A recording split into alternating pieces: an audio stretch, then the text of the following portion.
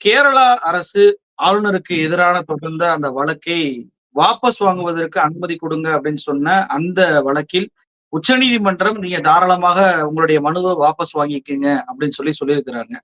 எதற்காக இந்த வாபஸ்னா, ஏப்ரல் 8 தமிழ்நாடு அரசு வாங்கின அந்த தீர்ப்பு எங்களுக்கும் பொருந்தும்.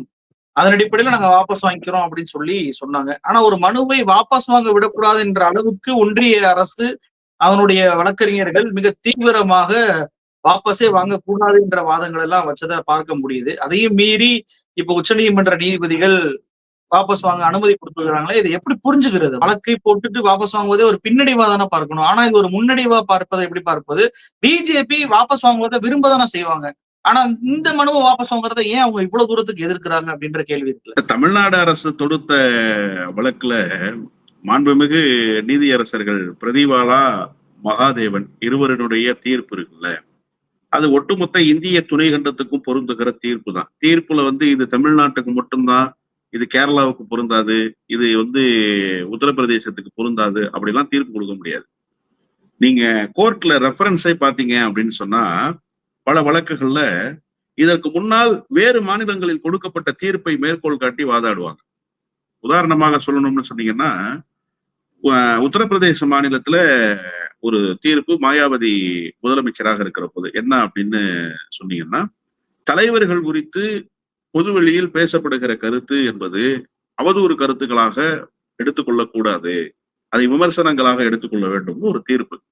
அந்த தீர்ப்பை மேற்கோள் காட்டி ஜெயலலிதா அம்மையார் முதலமைச்சராக இருந்தபோது 2014 ஒரு வழக்கு ஒண்ணு தொடுத்தாங்க திமுகவில் ஒரு பேச்சாளர் மேல. அதை மேற்கோள் காட்டுறாங்க. எங்க மேற்கோள் காட்டுறாங்க? சேதாப்பட்ட கோர்ட்ல மேற்கோள் காட்டுறாங்க. என்ன சொல்றாங்கன்னா, ஏற்கனவே தலைவர்கள் மீது வைக்கப்படுகிற அந்த விமர்சனங்களை அதை விமர்சனமாக பார்க்க வேண்டுமே தவிர அவதூறாக பார்க்க கூடாது. அதே நேரத்தில் பேசுபவர்கள் கண்ணியம் தவறி பேசக்கூடாது என்பதை அறிவுறுத்தி இருக்கிறாங்க. அறிவுறுத்தல் என்பது வேறு, தீர்ப்பு என்பது வேறு. அதை மேற்கோள் காட்டி அவரை ரிலீஸ் பண்றாங்க. அந்த வழக்கு நீர்த்து போகுது. 2016 ஜெயலலிதா அம்மையார் உடல்நலம் சரியில்லாம மருத்துவமனையில் அனுமதிக்கப்பட்டிருக்க போது அந்த திமுகவினுடைய மேடை பேச்சாளர் விடுதலை செய்யப்பட்டார். இது ஒரு வழக்கு. அப்ப இதுல இருந்து நீங்க என்ன புரிஞ்சுக்கணும் அப்படின்னு சொன்னா, எந்த மாநிலத்தில் கொடுக்கப்பட்ட தீர்ப்பும் ஒட்டுமொத்த இந்தியாவுக்கும் பொருந்துகிற போது, உச்சநீதிமன்றத்தில் கொடுக்கப்பட்டிருக்கிற தீர்ப்பு என்பது கேரளாவுக்கு பொருந்தாதா? நிச்சயமாக பொருந்தும்.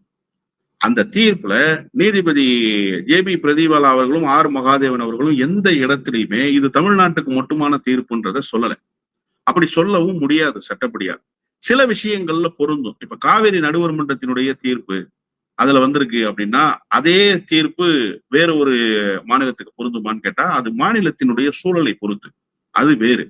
ஆனா இந்த மாதிரியான வழக்குகள்ல ஒட்டுமொத்தமாக பொருந்தும். இப்ப கேரளா என்ன சொல்றாங்க அப்படின்னு சொன்னா, இதே மாதிரியான பிரச்சனையை கேரளாவில் இருக்கிற ஆளுநர் மீது வழக்காக தொடுக்கிறாங்க. இங்க ரவி மாதிரி அங்க இருக்கிறாரு, அந்த ஆளுநர் மீது தொடுக்கிறாங்கன்னு வச்சுக்கோங்களேன்.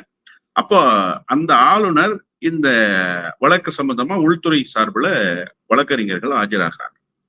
அப்போ இந்த வழக்க விட்ரா பண்ணிக்கிறோம்னு கேரளா சொல்லுது. இப்ப யார் மேல தொடுத்த வழக்கு? ஆளுநர் மேல தொடுத்த வழக்கு. விட்ரா பண்ணிக்கிறேன்னு சொல்றது யாரு? கேரளா கவர்மெண்ட் சொல்றாங்க. இப்போ இதை நீங்க நல்லா கேட்டீங்க. இதை ஒரு முன்னிதா தானே பார்க்கணும். ஏன் ஒரு பின்னடைவுன்னு பாக்குறாங்க? முன்னோக்கி தானே போகுது. இது ஆளுநருக்கு கொடுக்கப்பட்டிருக்கிற நெருக்கடியை விட்ரா பண்ணிக்கிறது தானே. ஆளுநர் அதுல மகிழ்ச்சி தானே அடையணும், உள்துறை அமைச்சகம் அதுல மகிழ்ச்சி தானே அடையணும். ஏன் வேண்டாம்னு சொல்றாங்கன்னா, அங்கதான் முக்கியமான செய்தியை நீங்க கவனிக்க வேண்டியிருக்கு. இந்த வழக்குல என்ன தீர்ப்பு வரும்ன்றது தெரியாது. ஆனா தமிழ்நாடு அரசு தொடுத்த வழக்குல பிரதிவாலா அவர்களும் மகாதேவன் அவர்களும் கொடுத்த தீர்ப்பு என்னன்றது எல்லாருக்குமே தெரியும். அப்போ ஏற்கனவே தெரிஞ்ச விஷயத்த எப்படி நம்ம ஏற்கிறது? அதற்காக துணை குடியரசுத் தலைவர் இப்ப ராஜினாமா பண்ணிருக்காரு ஜெகதீப் தன்கர், இவர் வரைக்கும் எதிராக கருத்து பேசினார் ஆளுநர் விவகாரத்துல. ஆளுநருக்கு எப்படி டைம் பிக்ஸ் பண்ண முடியும்னு கேட்டாரு. இதெல்லாம் நடந்தது. அப்போ இப்படி ஒரு தீர்ப்பை ஏற்க முடியாமல் இருந்த நேரத்துல அந்த தீர்ப்பை போலவே இதையும் மேற்கோள் காட்டினா என்ன செய்யறது அப்படிங்கிற அந்த பதட்ட உணர்வு தான் பாரதிய ஜனதா கட்சிக்கு வந்துருச்சு. அதனாலதான் அவங்க என்ன சொல்றாங்கன்னா, ஏன் நீங்க இந்த விட்ரா பண்றீங்க? விட்ரா பண்ணக்கூடாது, இத கேஸ தொடர்ந்து நடத்தணும் அப்படின்றத சொல்றாங்க. ஆனா அதுல என்ன ரொம்ப கவனத்துல எடுத்து பார்க்க வேண்டியிருக்குன்னா, தலைமை நீதிபதி பி.ஆர். கவாய் அவர்கள் இதை தேதி குறிப்பிட்டு ஒத்தி வைக்கிறார். ஆனா தேதி குறிப்பிட்டு ஒத்தி வைக்கிறதுக்கு முன்னாடி பி.எஸ். நரசிம்மா நீதிபதி அவர்கள் ஒரு கருத்தை சொல்றாரு. என்ன சொல்றாரு அப்படின்னு சொன்னா, நான் சொன்ன இதே ஸ்டேட்மெண்ட்டை சொல்றாரு. ஒட்டுமொத்த உச்சநீதிமன்றத்தினுடைய தீர்ப்பையும் கணக்கிட்டு தான் தீர்ப்புகள் கொடுக்கப்படணும். அப்ப இது ஏற்கனவே விட்ரா பண்றது அப்படிங்கிற முடிவு ஒரு சரியான முடிவு தான். இருந்தாலும் அடுத்த அமர்வுல இதை பத்தி டிஸ்கஸ் பண்ணுவோம்னு ஒரு செக் வைக்கிறார் அவர். இப்ப ஏன் நீதிபதி நரசிம்மா அவர்கள் அந்த செய்தியை சொல்லணும் அப்படின்னா, அதுதான் சட்டத்தின்படி சரி. அதுதான் நீங்க பின்பற்றி ஆகணும். அப்ப நீதிமன்றத்தினுடைய காலம் விரயமாகுது தானே.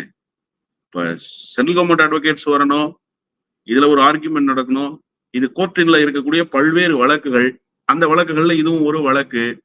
இப்ப இந்த வழக்கை விசாரிப்பதற்கு ஒரு நேர விரயம், பெஞ்சு உட்காரணும், இதுக்காக ஒரு விசாரணைக்கு டைம் போடணும். இதுல சீஃப் ஜஸ்டிஸே ஆஜராகிறாரு.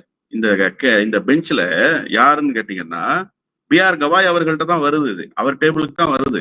அப்போ அவருமே இருக்கக்கூடிய பணி நெருக்கடியில இங்க உட்கார வேண்டிய ஒரு கட்டாயம் இருக்கு. அப்ப இதெல்லாம் கணக்குல கொண்டு விட்ரா பண்றதுதான் சரிங்கிற முடிவுக்கு தான் ஏறக்குறைய நீதிபதிகள் வந்து விட்டார்கள். அதை நோக்கித்தான் இது நகருது. ஆனா பாஜகவுக்கு பயம். அப்ப இதுல இருந்து நீங்க என்ன புரிஞ்சுக்கணும்னா, நாம பேசுறது ஒண்ணும் சும்மா இல்லை. நாம சொல்றோம்ல, தமிழ்நாடு திசை காட்டுகிற கருவியாக திகழ்கிறது. தமிழ்நாட்டினுடைய முதலமைச்சர் பெற்று வந்திருக்கிற தீர்ப்பு மாநில சுயாட்சியை உயர்த்தி பிடிக்கிற தீர்ப்புன்னு நாம பேசியிருக்கோம்ல, அதை இன்னைக்கு நிரூபிச்சிட்டோம் பாருங்க. கேரள வழக்கில் அதை ஊர்ஜிதப்படுத்திட்டோம். எப்படி ஊர்ஜிதப்படுத்திட்டோம்னா, நம்ம வழக்க காரணம் காட்டி வழக்க விட்ரா பண்றேன்னா பதறி துடிக்கிறது ஒன்றிய அரசு, பதறி துடிக்கிறது ஆளுநருடைய தரப்பு. இல்ல விட்ரா பண்ணிடாதீங்க, நாங்க கேஸை நடத்தி பார்த்துடுறோம்னு. அப்ப கேஸ்ல என்ன தீர்ப்பு வந்தாலும் நீங்க ஏற்பீங்களா அப்படின்னா, அதை நாங்க பாத்துக்கிறோம், ஒன்னும் பிரச்சனை இல்லைன்னா. அப்ப அவங்களுக்கு ஒரு நம்பிக்கை இருக்கு போல. என்னன்னா, இதற்கு மாறாக ஒரு தீர்ப்பு வந்துருமோ, அந்த தீர்ப்பை மேற்கோள் காட்டி உடைச்சிடலாமோன்னு ரவிக்கு கொஞ்சம் சந்தோஷம் கூட வந்திருக்கும். இந்த தீர்ப்பு வேற மாதிரி ஆயிடும், அதை வச்சு நாம ஏதாவது பண்ணிடலான்னு. அதற்கெல்லாம் வாய்ப்பே இல்லை. எந்த வாய்ப்பும் கிடையாது. உங்களை லாக் பண்ணது மாதிரியே கேரள கவர்னரை லாக் பண்ணதான் வாய்ப்பு இருக்கே தவிர, கேரள கவர்னருக்கு ஏதோ ஒரு ஃப்ரீடம் கொடுத்த மாதிரி உங்களுக்கு அந்த ஃப்ரீடம் கிடைச்சிரும்னு நீங்க நினைச்சீங்கன்னா அது தப்பு கணக்கு. எனவே பாரதிய ஜனதா கட்சி இந்த விஷயத்தில் தவறு செய்கிறது என்றுதான் நான் சொல்வேன்.